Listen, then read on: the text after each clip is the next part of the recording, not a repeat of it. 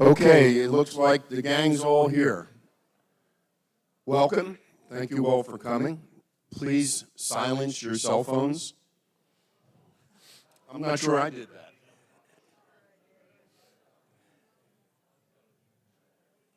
Okay, now that makes all of us. I'm Dan Graziano. I'm president of Stonebridge, still, for another 91 days. But who's counting? But this is my second term as president, and this all started, the culmination of what we're seeing today started in my first term as president. And back then, I appointed Tony Maglione as chair of the Golf and Green Committee. And Tony came to me and he said, I think what we need a strategic plan for the renovation of the golf course. And I said, Tony, that's 2023. It's 2017 when you came to me? I said, that's a long way off. You know, we shouldn't even be buying green bananas at our age. But Tony is a very sound thinker, and he got to go ahead, and he went ahead. And he went ahead big time, starting out by hiring a golf course architect.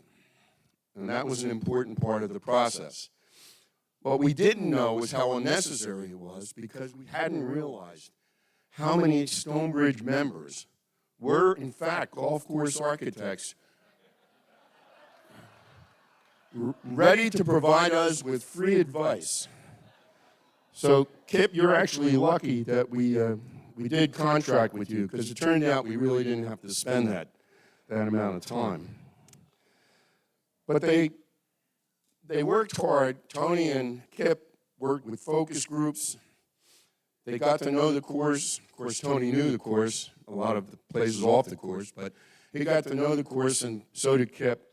And they came up with a design which was presented, I believe, in March of 2018. Is that right? 18 or 17? 2019. And it was in a room much like this. And the reception to that proposal was overwhelmingly positive. In fact, the most common comment that we heard that day was, let's do it now. Well, we couldn't do it now, back in 2019. We had some other things to take care of. We had a pandemic intervene. We had to find financing. We had to get member approval.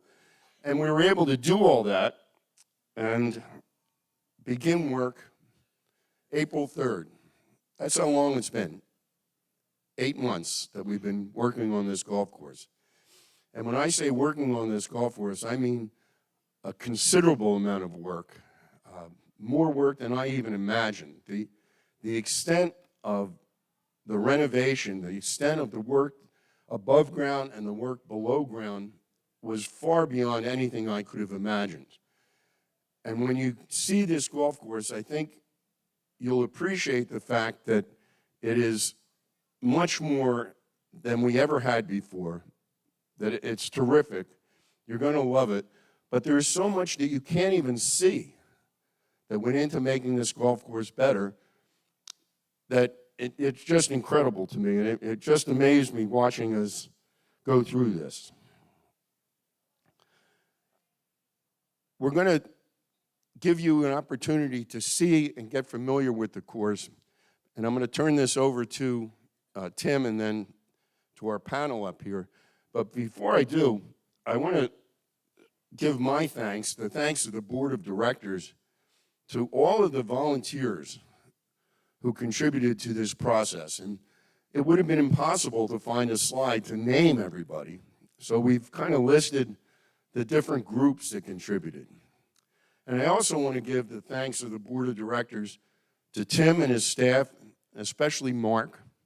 And I want to single out Mark, who I understand is now fielding offers from Wink News to do online reporting, on-site reporting, having seen some of his blogs. Hopefully at Wink they'll be able to get the sound better than Mark did. But no, they were wonderful. And the communication, I hope you'll agree, the communication from Tim and from Mark during this process has been unequaled. Were you happy with that?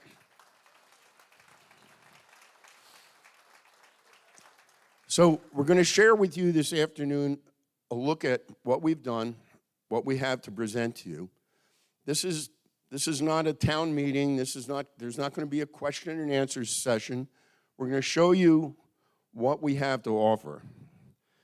And we hope this introduction to the course makes you appreciate the work that went into it. And even more importantly, we hope that when you get out there on Friday and days after that, that appreciation will only grow. So thank you for coming, and I'm going to turn this over now to Tim and the panel to present.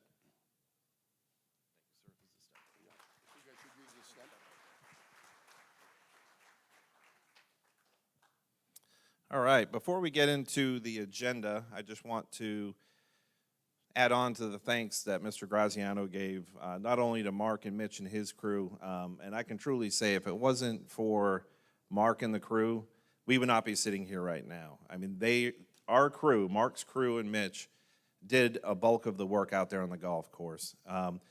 Eric and Ashley and the whole golf shop making tee times for everybody, going back to April when it's not easy to get tee times because it's peak season everywhere in Naples.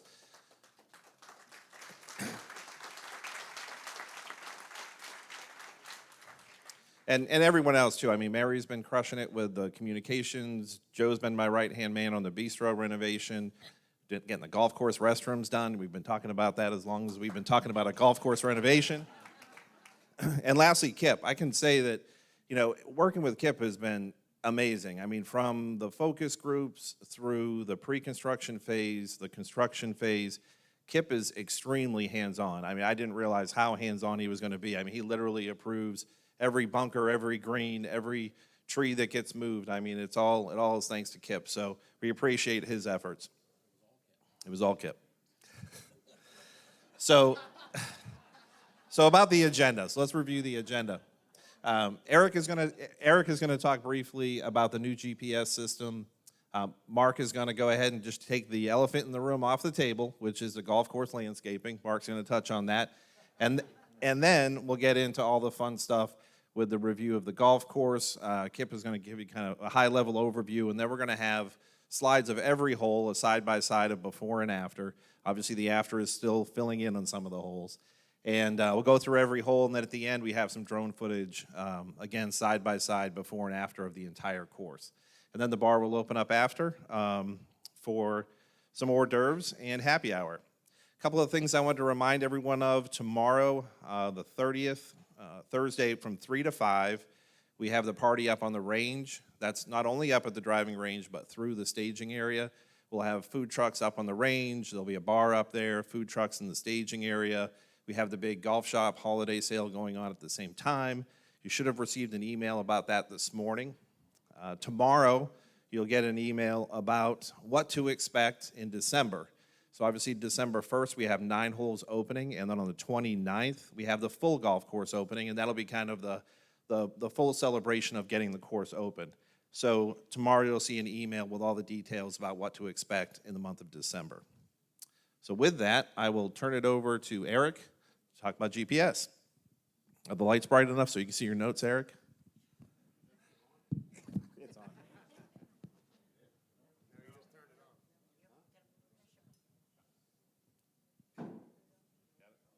Hello? No? Okay. You believe it? We have GPS at Stonebridge. Oh, yes, it's still on. Okay. Tim said don't eat the mic, so I'm trying not to. All right, so I'm going to go over some of the points that the GPS does. First, obviously, it defines the distance to the pin. So a lot of times the GPS tells you to the front, middle, back. Ours actually tells you right to the flagstick, so that's good. Then we also have a course overview map, which is a map of the hole when you're playing it. And you're able to touch the screen to say, oh, how far is that water from here? And you'll touch it and it will say like 150 yards or 120 yards to the sand trap or whatever. You just touch the screen, and it tells you how far it is. So that's really good. It also tells us a pace of play status for each golf cart. So we can keep track of everyone's pace of play. So Ranger Tom was really excited about that. So I am too. Also, we have boundaries out there, which is called geofencing. So sometimes your golf cart will, when it gets too close to an area, it'll actually stop. You guys all experience that? You got to hit in reverse, back out.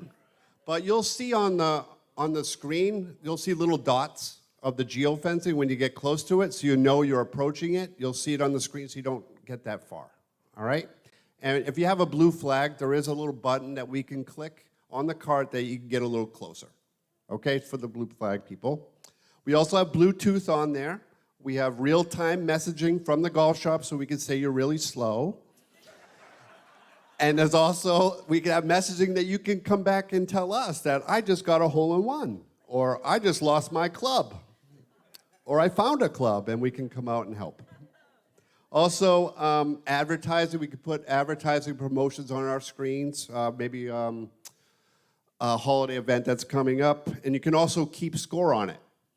So you can keep your score hole by hole on it, and at the end it'll tell you a score. It won't post it for you, but it can tell you the score to post, okay? So it's really providing a much greater service for everyone. These GPS we've been looking for a long time. And when I'm also, this is away from the GPS, but I also wanted to tell everyone on the driving range, every station has a little, it's called Flag D. It's a GPS system on every ball crate, and it tells you what the distance is to every flag on the range.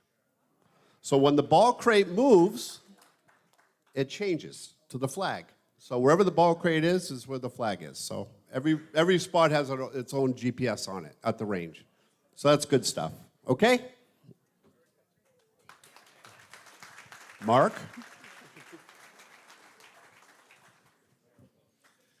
Wow, I get to do the landscape update. That's great.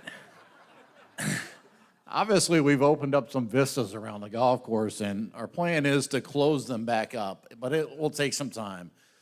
You'll see on the screen that actually it's probably closer to 90 oak trees have been planted, and well over 400 sables have either been transplanted or planted out there, with a majority of going on the berms on 3 and 4. What I want to stress to everybody is that this is a process. We've gotten a lot of palm trees out there, a lot of oak trees out there. The intermediate bushes and hedge type material needs to go in, and then the lower hedge type. It's a tier type effect that we're going to be doing out there, and it's a process. We're going to probably be planting a lot next summer. And through this season and next season to complete this whole process, but the end product is going to be something a lot more beautiful than what we had to look at. We're going to provide the cover, both aesthetically and visually, and the noise buffer. There's a lot of berms out there that we have to fill back in, and we're going to stick with the program and keep moving. But we've done quite a bit already. A lot of the perennials are in on some of the holes out there. 12 perimeter buffering has been done. 13 perimeter buffering has been done.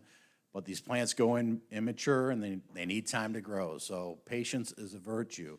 But it is something, when you get out there and you see it, just remember, we're not done with this project.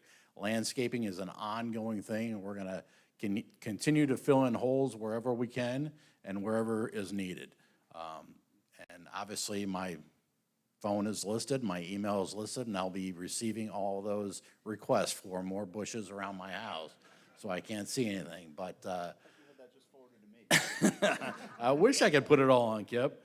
But now that Kip chimed in, I think it's best to get off landscaping, go into the course overview, and I'll let Kip kind of give us a kind of general idea what his idea was on the redesign of the golf course, and then we'll get into the fun stuff. Thanks, Mark. I understand this might be a team event here, so a few of us might be chiming in as I'm going hole by hole here. Let me give you a little background real quick. I first came to this property back in 1991 when this was not Stonebridge, this was called Southampton. I don't know if any of you were here at that time.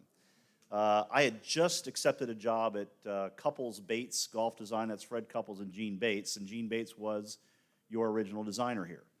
I got to come over here one time as an intern with a gentleman named Bobby Cupp. If anybody of you know my industry, Bob Cupp was a famous golf course architect. Bobby Cupp worked for Gene Bates. He says, hey, intern, get in the car, let's go over to Naples, and we got to go into some other project. I'm like, yes. So I get to go see an actual golf course project. So we come over here in, I believe it was May of 1991, if I'm getting those dates right. And this thing was it was clear, they were moving dirt, they were building things.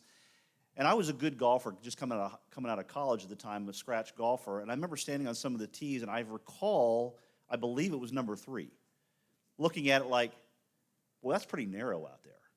You know, are they going to make the whole golf course this narrow? Well, yeah, there's a lot of narrow holes out there. I'm like, I'm a good golfer, but this is even hard for me. And that was my only introduction to, at the time, Southampton. I just remember the construction going on. Scroll ahead about, I'll say, 18 years or so, and I get a phone call from a superintendent here by the name of Alan Bakos, if I said that correctly. Bakos? Hey, we're interviewing architects to do a renovation. Can you come over and meet with us? Sure. So I come over here, and I said, I actually remember this project from construction. I don't know what it looks like when it's done. He goes, well, I'll tour you around. So I get to ride around now. It was called Southampton. I believe this was like 07-ish. I don't remember exactly the time frame, somewhere in there.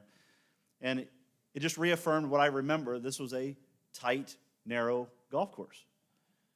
I didn't get the job that. I think you gave it to Gordy Lewis at the time. And then scroll ahead another 10 or 11 years, and I get a phone call from Tim Jones, I believe, or Mark, one of the two, and said, hey, we're considering renovation again. You can come meet with us. I'm like, sure. So we ride the golf course again, and this time I got hired on the spot. And we, as Dan said, we put together a master plan in 2019, which I'll get to in a second.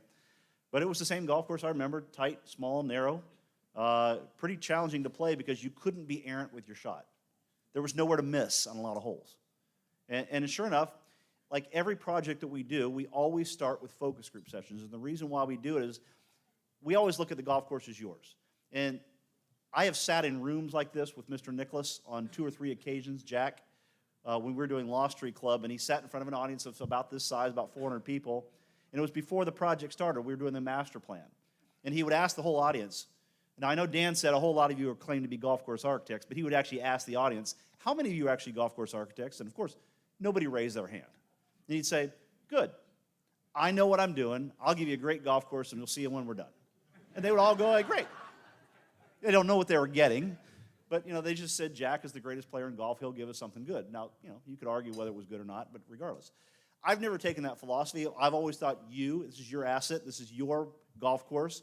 You should have as much say in it as anybody else does. And so that's why in January of 2019, we held focus group sessions where we brought high handicap and low handicap men separately.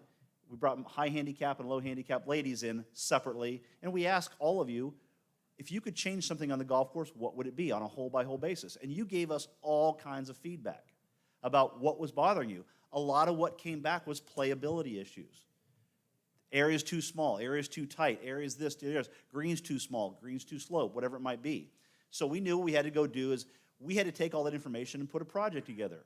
And over the course of 2019, we did that. We put together what we called the master plan for what is out there today. It was what's been implemented. It was pretty difficult because you have a lot of constraints on this property, as you all know. There's a lot of street crossings. There's a lot of preserve limits. There's a lot of houses. There's a lot of things that don't make it an easy construction project. You have 3 different drainage basins, and while that may not mean anything to most of you, we all, like you saw us out there filling in some lakes. Well, anytime I fill in a lake, I had to recreate that area somewhere else without harming the playability of the golf course. And it's tricky to do that. Some of you ask me, why are you widening the lake along the entry road on holes 10 and 11? Because I'm offsetting lake fills somewhere else to improve the playability of the golf course. So that's why there's a long story to all this. Long story short, we got this project approved. We go to construction in April. Obviously, you've seen a lot of things happen over 8 months to where you're going to get ready to reopen this golf course today. Before we get hole by hole, I want to make one more comment. In February this year, I'm at Stonebridge in Boca. Now, you all have a Stonebridge cup that you all play. I see the trophy. You must own the trophy of it right now. I guess it's downstairs. You lost it. Okay. So I'm at Stonebridge in Boca, and you know, I'm over there doing a quick site visit, and they said, Kip, how many projects you're working on this year? I said, 5. Oh, okay. Which ones? And I start naming them, and I mentioned, you know, Stonebridge and Naples. You know, they pause. Stonebridge and Naples. What are they going to, you know, what are they going to do there? They get real curious because, you know, I did their golf course in 2015. Now, Stonebridge and Boca was totally focused on playability, filling in lakes for playability, getting things to drain, getting things up, and we took care of a lot of that for them. They asked me, of all those 5, what's your favorite project? I said, Stonebridge and Naples. And I'm not telling you all that because I'm sitting here in front of this crowd. Honestly, there are easier projects. We did big work over at Naples. We did at like vineyards. We did work in Imperial. We did a big job in Glen Eagles and Delray Beach. But I love challenges, and there was no doubt that improving this golf course was a challenge. There's no doubt, ifs or buts about it. Trying to figure out with all those constraints how to solve all those things that you threw at me in the focus group sessions. And I would like to say that I think with a lot of study, with a lot of involvement, with a lot of consulting, with a lot of team effort here, we accomplished the vast majority of the things that you wanted to see on this golf course in one project. I think you're going to be very, very happy with the end result. All right? That being said, why don't we go hole by hole real quick. We're not going to spend a ton of time every hole, maybe about 60 seconds. But, okay, the first thing you're going to notice, and I'm going to describe it to you, and it's my understanding that Tim, I believe, has a drone video at the end of this thing. So you're looking at everything in 2 dimensions from above. It's hard to see it in 3 dimensions. And we always believe that a golf course really needs to look good when you're looking at something 200 yards away. That's what tells the story. So it's a little hard to see it from above, but we're going to describe what we did. So the first hole, as you see the picture on the left, and the picture on the left I think was actually done before either one of the hurricanes, 17 or 22, because it looks fairly dense. You can see we've opened up the hole. Now, we took a lot of feedback from you, the members, in those focus group sessions. We also had to take feedback from your staff, both from Tim, Eric, about operations, from Mark, Mitch, about agronomics, playability. You know why you had a big fan where 17 green was in the past? There was no airflow. There was no sunlight. Air wasn't moving in there, and grass gets stagnant and declines when you don't have good airflow and sunlight. We had to open those things up. So number 1 is actually a prime example where he was also having some problems because that was stuck back in the woods with not a lot of sunlight, not a lot of airflow, so we had to open that hole up. We don't believe in making the first hole overly difficult. It's the opening hole. So you will not see a lot of difficulty there. You're going to see a much bigger green. You see a couple bunkers there that might not be there, have been there before, but it's a very much open hole where you can be a little more errant and be able to recover a lot faster than you would have on the old golf course. All right? All right. Hole number 2. I want to talk about one real quick, if you don't mind. Sure, go ahead. This was known as the bowling alley hole. From all the pros in town, oh, number 1, that's the bowling alley. Look how much room is there in the middle now to hit that shot. And I just wanted everyone to look how much room to the right of the green now. Wow, huh? To the right of the green. Because that was before you had to hit a flop shot over a cart path, and it's unbelievable. Okay, I just wanted to point those 2 things out. 2. Probably one of the most disliked holes, besides maybe 13 green per se, was 2. Why? It is so narrow. You had things pinching you, and you know, between the tee and actually even the beginning of the fairway, you had a very, very small, skinny sliver of land there to try to get it through for those of you who don't hit the ball far enough. Now, granted, I can't move property lines. Homes are on the left. You know, the park is on the right. But we were able to do a lot of things here. You remember the cart path being on the left. I believe a couple years ago, Mark flipped part of it over to the right-hand side, but the cart path still kind of went down into a low area that tended to flood a little bit in the summertime. So we were able to manipulate and bring all that up. We were able to open the golf course up all the way to the preserved boundaries, which gave Mark a lot more airflow and sunlight in around the tee complexes. The area between this very, very skinny pinched area that existed between the beginning of the fairway and the forward tees has been filled in. So now, those of you who don't carry the ball far enough, you actually hit the ball and go straight and not into a wetland or a preserve. So we've satisfied that. The picture from above on this hole does not tell the story of what it looks out there. It is a much more improved golf hole. We did lengthen the hole of the tees, so the tees did go back a little bit because the green also came back. If you look at the picture on the right and look at the picture on the left, you're going to see a new body of water behind the green. Now, again, we're creating lakes not because we want to just dig more lakes out here. You got plenty of lakes, but we're using that surface water area that we created to fill something in on another hole to improve the playability of some future hole. We'll get to that in a second. So the hole is arguably about the same length, but the playability is much improved. And I think you're going to see that when you get out there and tour the golf course. Eric, you want to chime in on that one? Yeah, you lost that big ravine right when you hit the ball to the left, where everyone fell down into to learn to find their ball. That's no longer there. Yay! Okay, go to the next hole. All right. So these pictures were taken a couple 3 weeks ago. So this wasn't like 2 days ago. So this is when they were top dressing the fairways and letting help the grass grow in. The biggest complaint we got here when we looked at our focus group notes was, hey, the driving area is too narrow. You had a big slope coming on the right-hand side. You had about 20 yards of fairway that you went right down into the lake.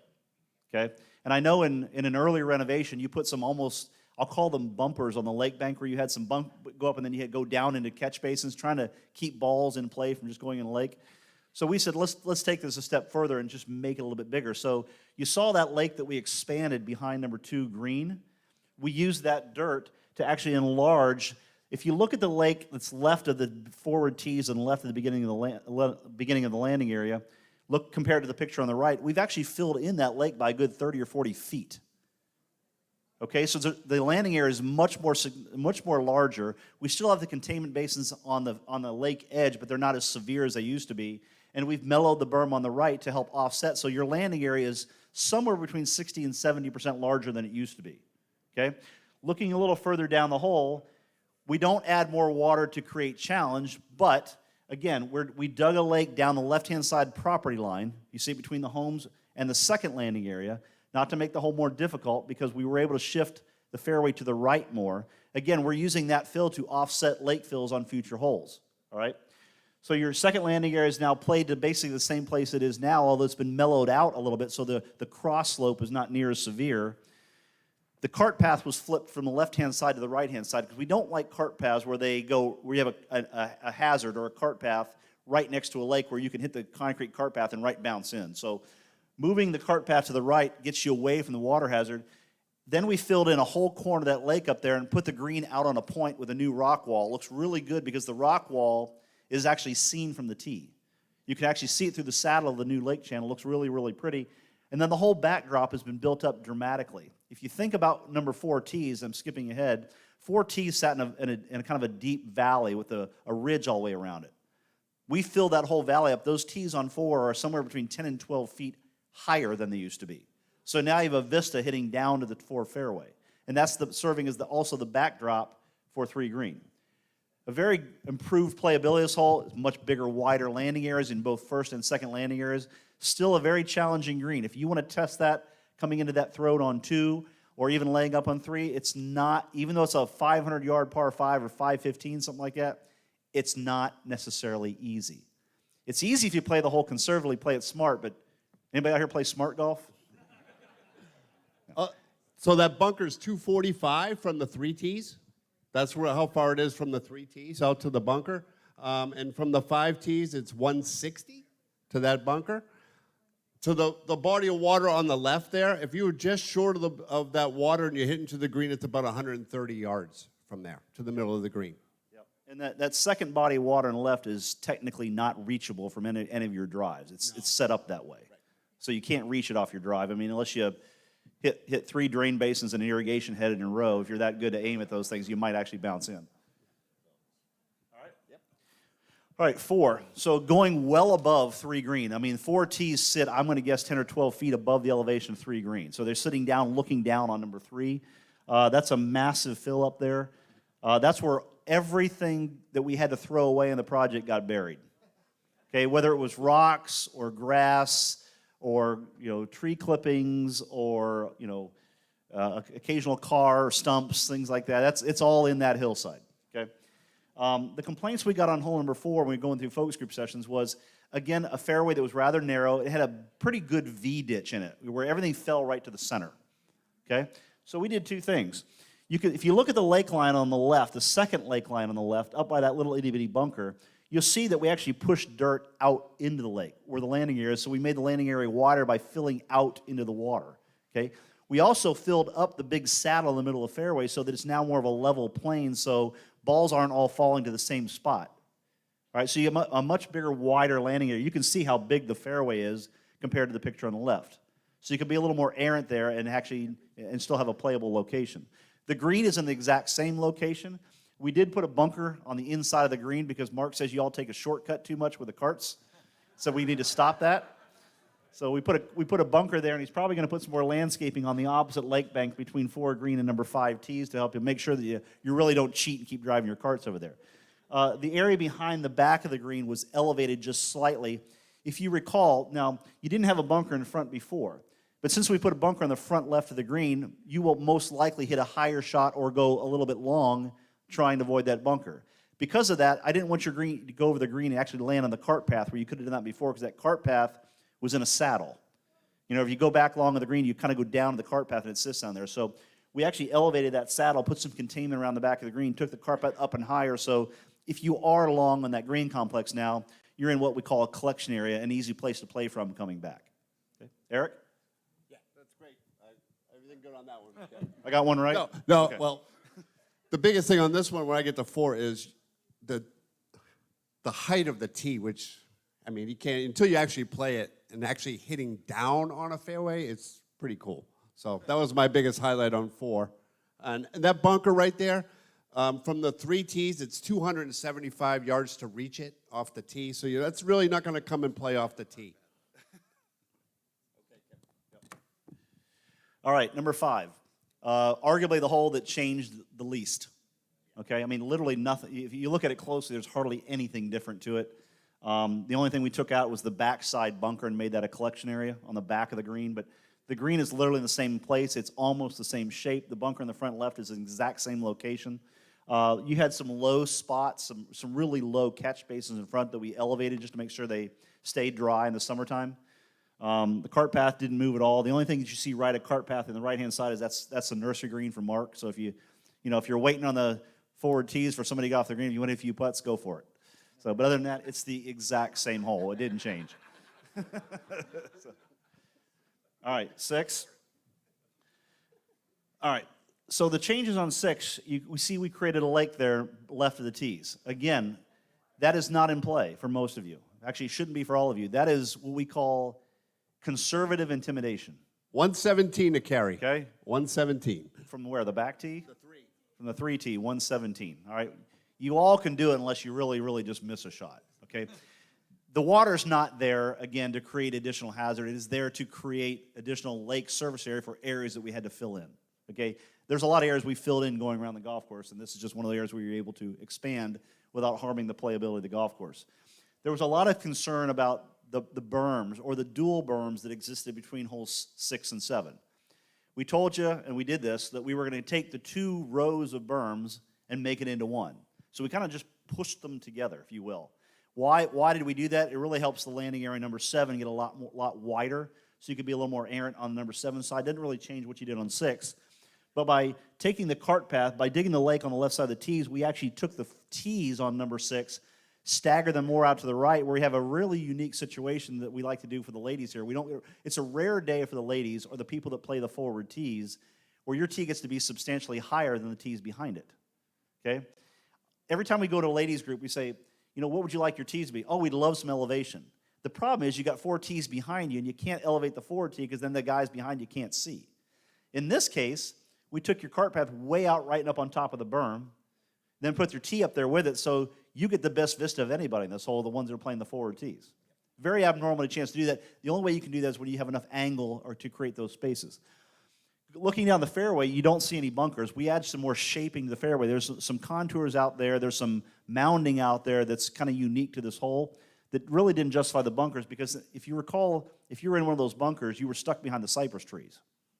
Remember that? There were cypress trees on the left-hand side? You were what we call a double hazard. So we took that because one of the cypress trees is still there, and it's still, given the fact where we put the green, it's still a double hazard. So there's 2 bunkers removed in favor of some mounding, some shaping on the left-hand side. This green has no bunker on it either, okay? You're thinking, oh, well, that's got to be easy. This is one of the more challenging greens on a golf course. It's what we call a crowned green. So anything on the left and front was going to zip off, okay? But it's a big green. Now, keep in mind, all of your greens have gotten larger. Your average green size is out there about 6,500 square feet, which is substantially larger than it did before. We took some hazards away from this hole. We put it back around the green by folding the green off in a couple places, okay? But there's adequate area to bail out right of this green. Very much like number one, you can miss it right and be fine all day long. With the pins on the middle left, it's a little tricky. Play right, okay, if you can. Eric, you want to add anything to that one? No, the bunkers up in front of the green, whatever, gave everyone trouble. They're gone. And all those trees in front of the green on the left there, what is it, just one left, Kip? Just one cypress tree. So we got rid of all the bunkers in the fairway. So this hole, besides you guys believe there's a lake on 6? That's what I can't believe. But anyway, I think the hole is going to play a lot better just because of those bunkers not being there. Less trouble. All right. 7. 7 doesn't do it justice looking from above. It looks really good when you're standing on the tee. The biggest change here is we've created a little more land by the tees to make the tees larger. Obviously, if you look at the fairway is significantly larger right and away from the water. So those of you who don't want to hit it right down the water line, there's now adequate place to go right and bail out without being in a lot of trouble. All right. The biggest change going forward is you see how there's a lot of lake that's been filled in by the green. Between 7 approach and 8 tees, if you look at the body of water on the left picture versus the body of the water on the right, we filled in a lot of that because you can see how narrow that old approach was. And it wasn't really difficult for good players. Good players hit right to the landing area, and they just kind of look where the pin is on the green and go for it. It's for those of you who can't get to the green in 2, where you're looking for that, where's my second layup shot going to be, because there was no room for it because of that skinny piece of water that was coming in there. So for those of you who have a hard time getting to the green in 2, you now have a much larger space to play into the throat of that green without being penalized. So the way we looked at it, we improved the playability without taking the challenge of the hole because the green is still sitting there, but it's also now protected by a front left bunker, all right?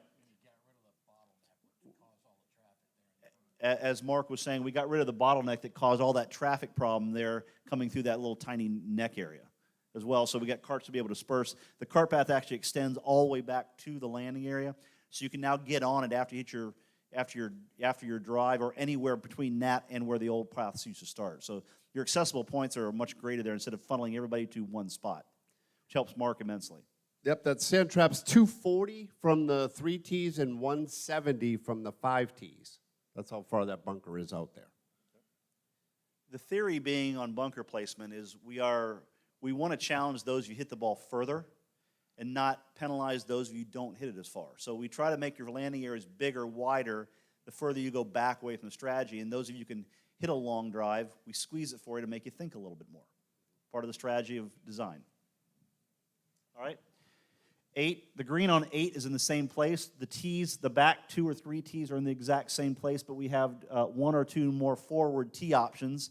You can actually see them now, and there's actually grass on them now because they have some sunlight on them.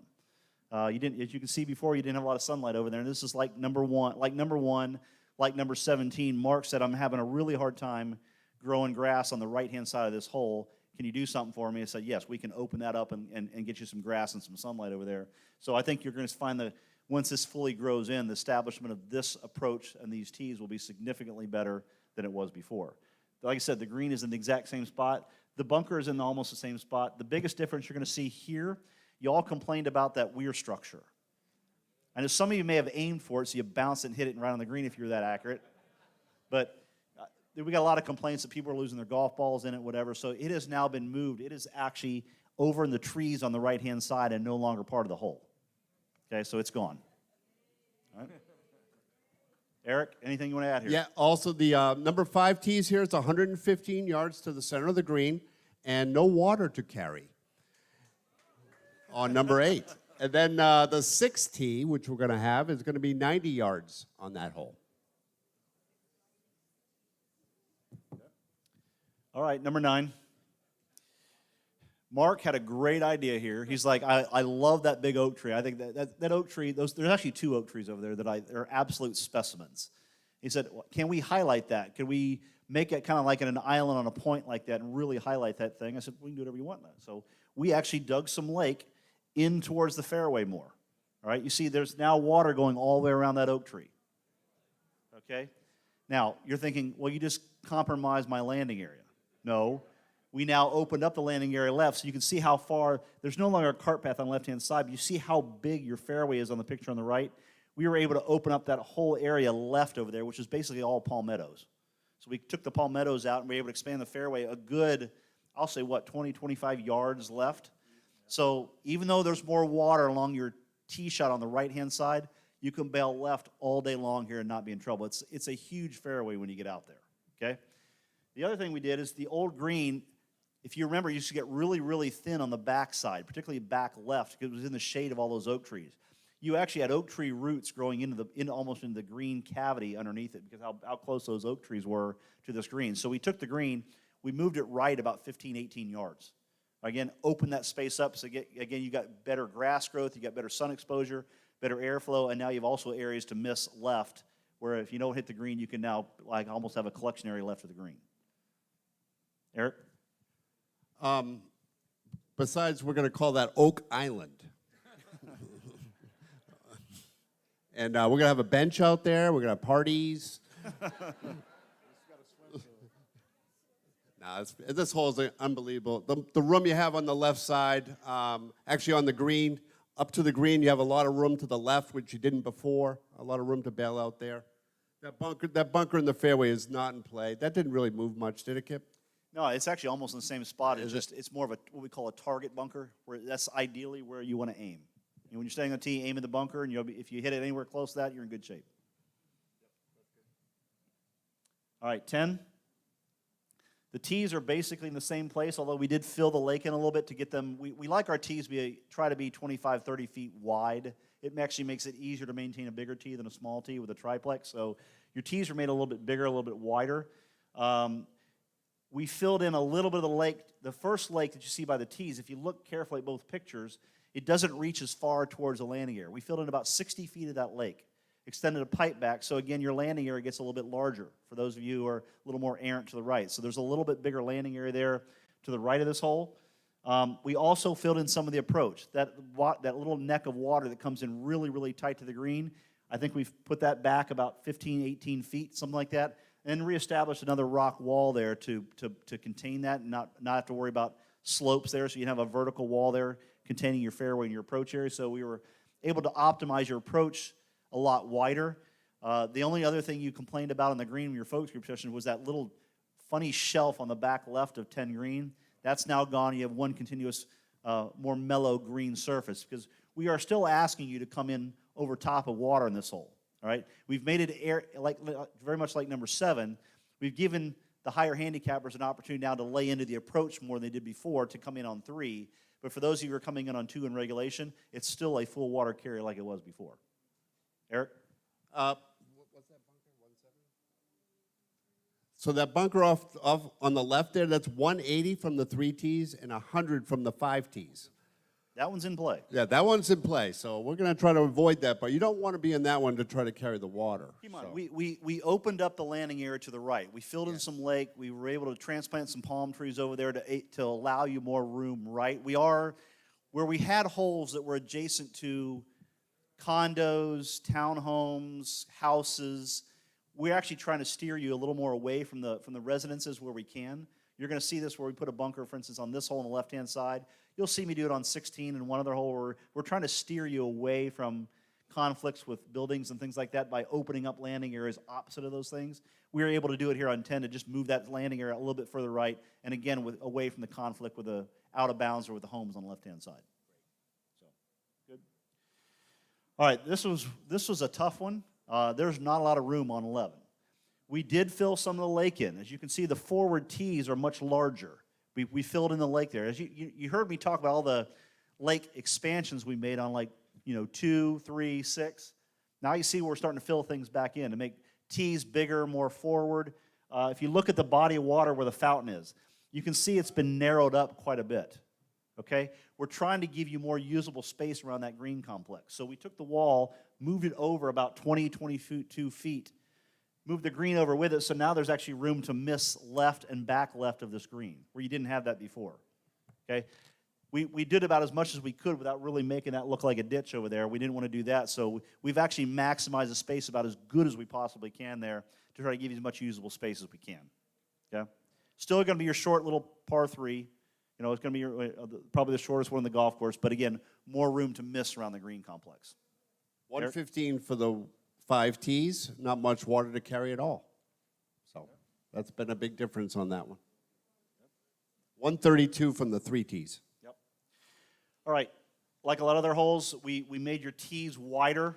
They're all pretty much in the same location. They just been, as you see, the toe end of that lake, the north end of that lake has been filled in to allow that tee to get a minimum of 30 feet wide and more usable space. If you'll notice, the fairway is significantly larger, probably 50% larger than it used to be. There were some complaints in the focus group sessions about, can you make the fairway bigger? Well, it's either you move the homes or you move it, you expand it left. Moving the home is a little more difficult, so we kind of expanded it left. We did put a bunker along of the I say at the right of the landing area, and it is in reach for some of you.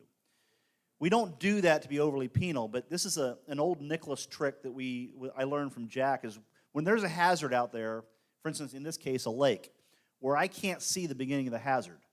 I can't tell you from the tee because you're not high enough to see it.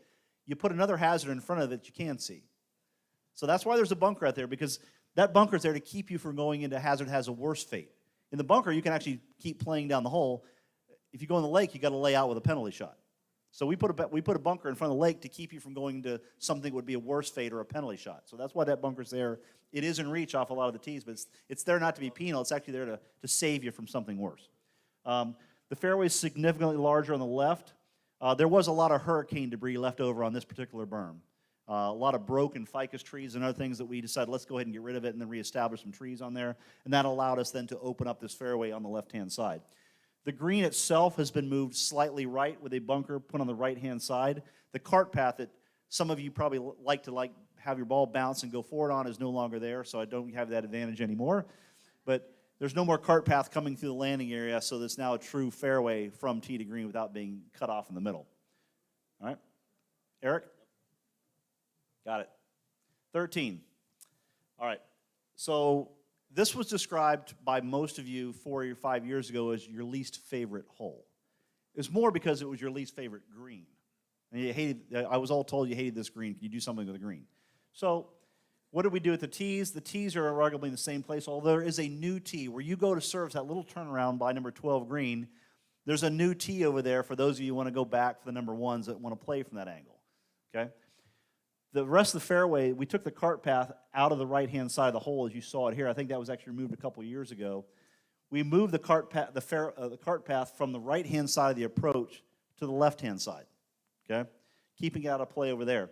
The green itself has actually been built up in tandem with the elevation that was back there beforehand. We removed a lot of, we transplanted a lot of sable palms that were behind the green and pushed them back towards golf maintenance. Obviously, we had to take out a couple trees on the left-hand side to open that up. But the green now will be much more open and much more receptive than the old green was, and I think you're going to like that change when you get out there and see it. Eric? This hole, I don't think we'll be seeing much of. We've all been on 13 where we hit a ball left, and you asked the group, did anyone see that? Did it come out? Did it come down the hill? We won't have to see that anymore because it's all cleared away. Yep. On the left side of 13. Okay, 14. Originally, this one, like hole number 5, was going to be the second of 2 holes that changed the least. It still didn't change a lot. The tees are in the same spot. The cart path of the tees are in the same spot. The 4 sable palms left the landing area is still there. Everything in the fairway is still there. The only change you see is at the green. The cart path was moved from the right to the left-hand side. Part of the reason why is that you're getting a lot of funneled traffic there. You can see some wear patterns going into that cart path the way it ended right there. The second reason why, we had a lot of drainage issues over there between the green and the homes over there that we had to correct. Do a lot of cutting, shaping, adding drainage, draining basins, things like that to collect water, keep it going in a few people's lanais. So we made a bunch of surgical changes over there, and it really didn't really behoove a cart path being over there. So we took the opportunity to move it to the left-hand side and bring around the back of the green. I think it actually works better for it. It's not in play near as much. It allowed the green to get a little bit bigger. Move the green just slightly to the right because, again, like number 17 and 1, Mark had a little bit of a problem on the left-hand side. You see how close that shade is to that green? By moving that green about 10 or 15 feet right, it gets a little more sun exposure, a little more airflow, a little bit more improved agronomic conditions. So cart path out to play a little more. Mark gives you a better green complex for that. Anything? Eric? Good? All right, 15. 15 looks like a much bigger hole in the hole on the right. It's quite wide. The fairway is significantly wider. We did steal some dirt from the left-hand side of 15. It's what built your clubhouse project over here. All right? I don't know if any of you were out here in early April, but you saw a lot of trucks going from 15 over here to the clubhouse. That's what built this patio deck out here. Okay? So that's what a lot of that surgery was for. It also allowed then for this hole to open up dramatically. So it's a lot bigger, wider hole. We added a little bit of bunker just to make the fairway move a little bit. The green is basically in the same place. The biggest change here is that your cart path moved from right side to left side. It now goes behind the green, so it's less in play than it was before. Eric? That's it. Good. 16? Anybody? There you go. Tees are all in the same location here. No real change on those. We did fill in a little bit of the lake left of the landing area trying to buy you real estate. Like I talked about on hole 12 or whatever it was 10 where we added a fairway bunker.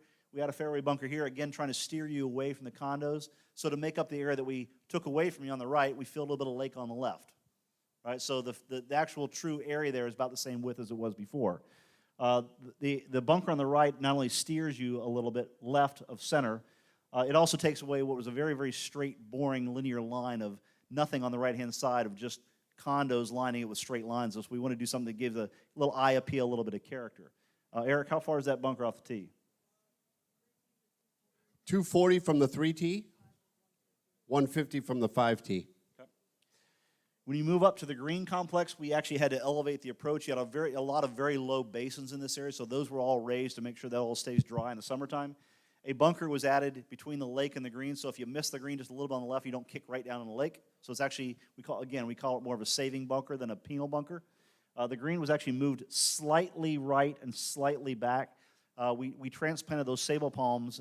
There was a very dense head of sable palms back there. We scattered them around further back a little bit, so the homeowners that were wanting to see them actually be removed, they still have them there, but there's now peekaboos and views of what there wasn't, where there wasn't one before.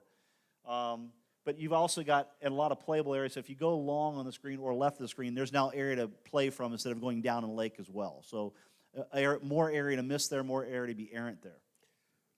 Okay, so we did move the tee box here on number 3. When you came on the path, you got to 16, you'd always take a left to get to the 3T. Now the 3T is actually right when you come onto that path to the tee. You can actually see it there. That's where the 3T box is. That hole is 340 yards from the 3T now. So that hole got a little easier because the tee moved up. And the 4T is actually on the same tee box.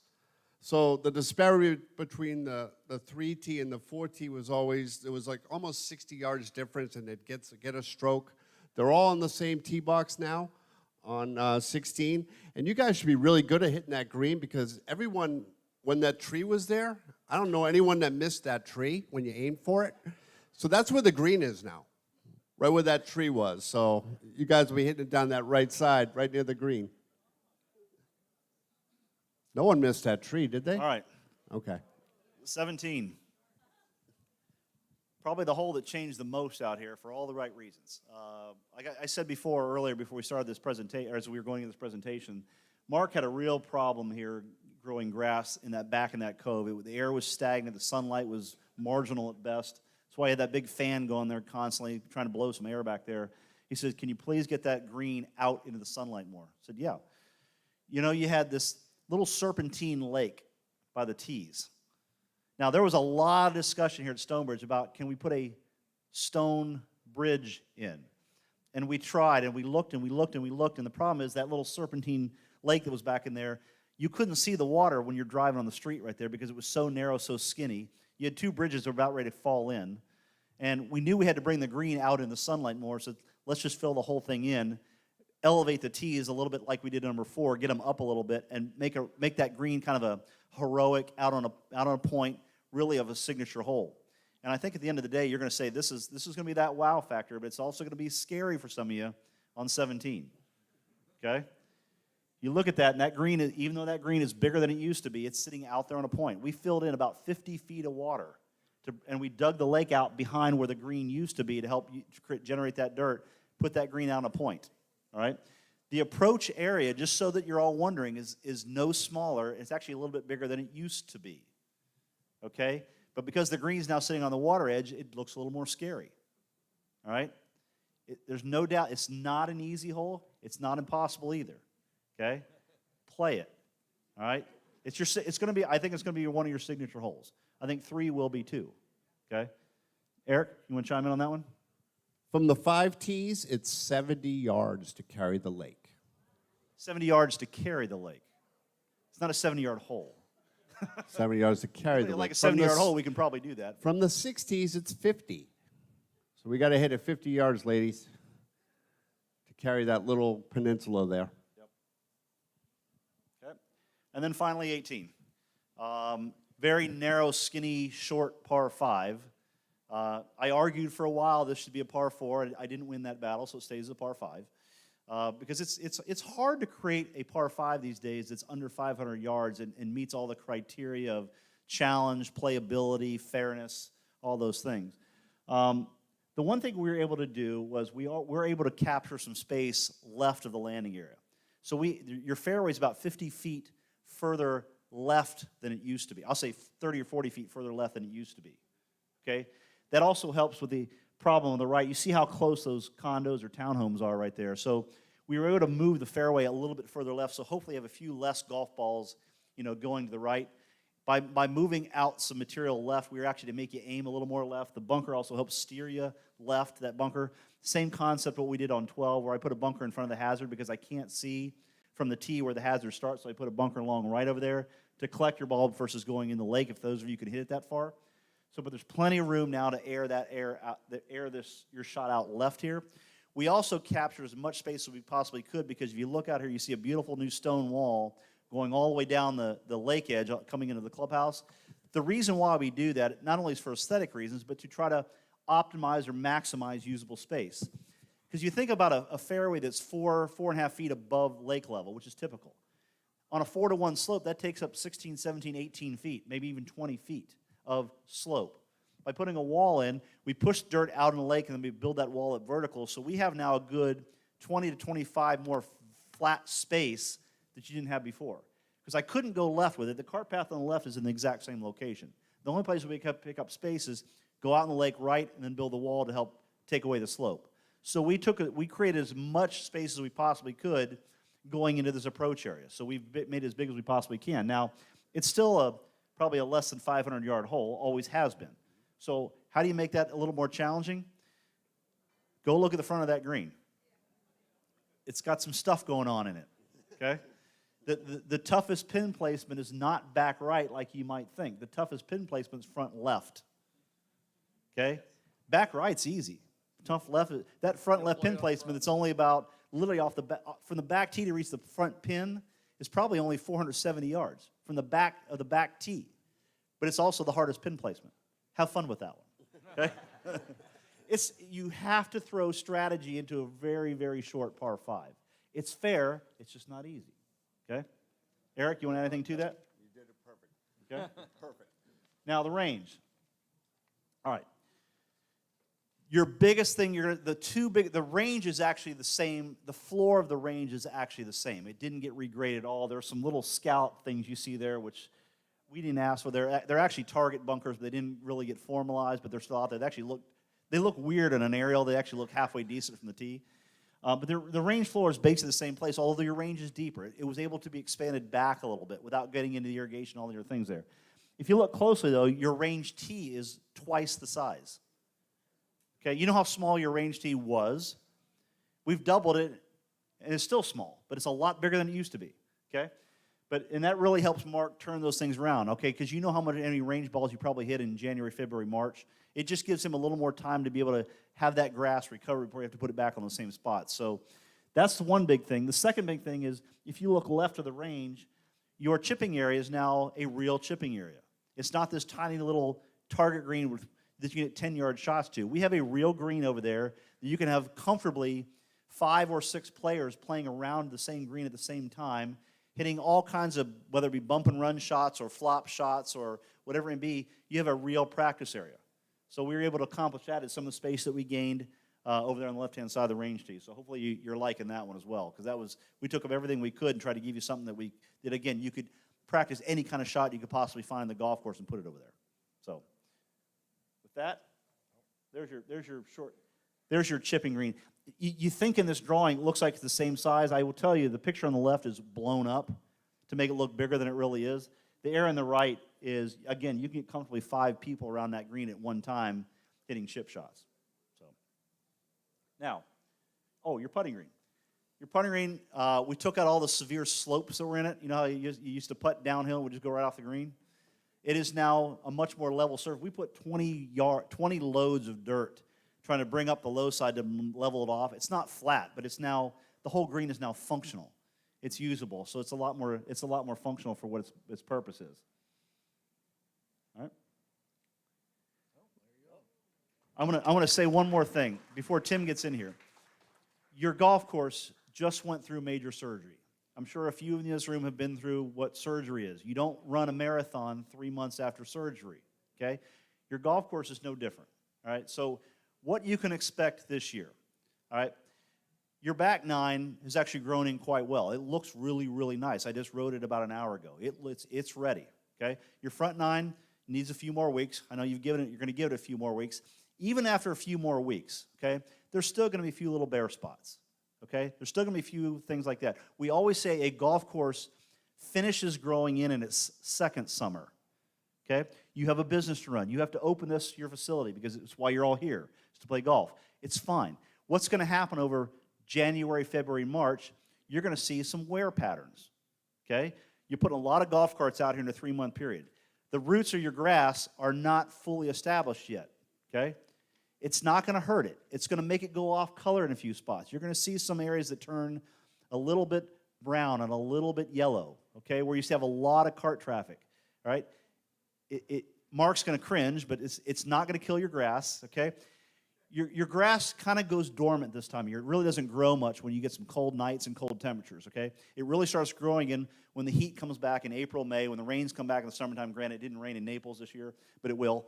But your golf course really matures in its second summer. So don't get alarmed by some wear patterns that you're going to see in February, March, okay? It's normal on a new golf course renovation.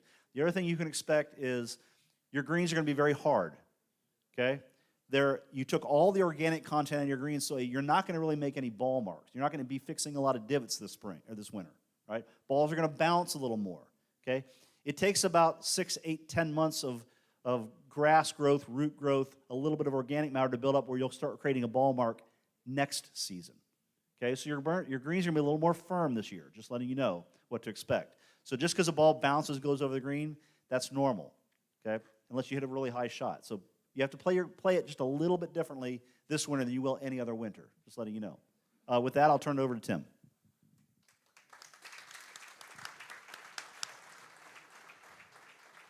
I think we all appreciate Kip's kind of philosophy behind what he did on every hole. It's not as if you just go out there and throw a bunker over here and move some water over there. There's a lot of strategy behind it, and we appreciate working with Kip. And the whole team, again, the effort that everyone went into this past summer is just amazing. So how about a big round of applause for the team that's been involved.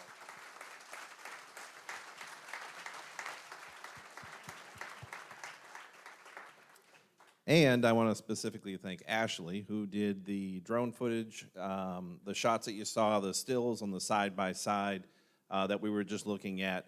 Ashley was able to get up there with the drone to get those shots, and Mary worked with her to do some old Google Earth shots so you could see that comparison from the old course to the new. So hands off to...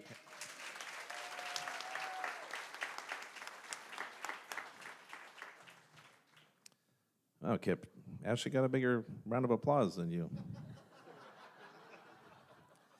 That's all right. At my 25th at the annual meeting, my kids came running down, and I couldn't believe it. I was almost in tears. And they got a big round of applause. And then Indra came through the room and just brought the house down. So Indra got a bigger round of applause than my own kids. But No, seriously, I mean, the effort that everyone's put in is remarkable. Kip said he was going to talk 60 seconds on each hole.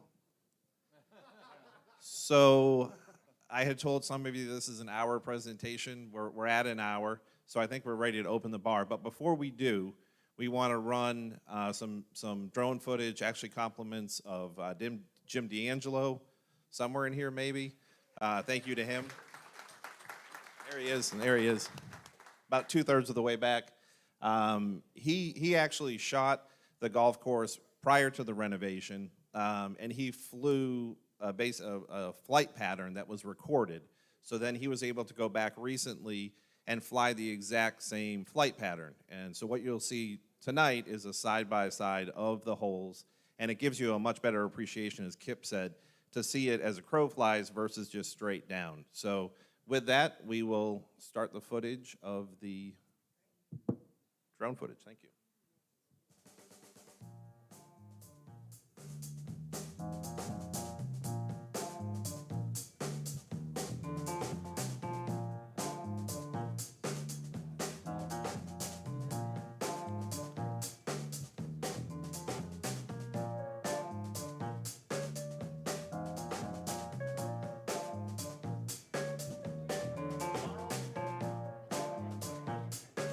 The bar is open if anyone wants to go to the bar.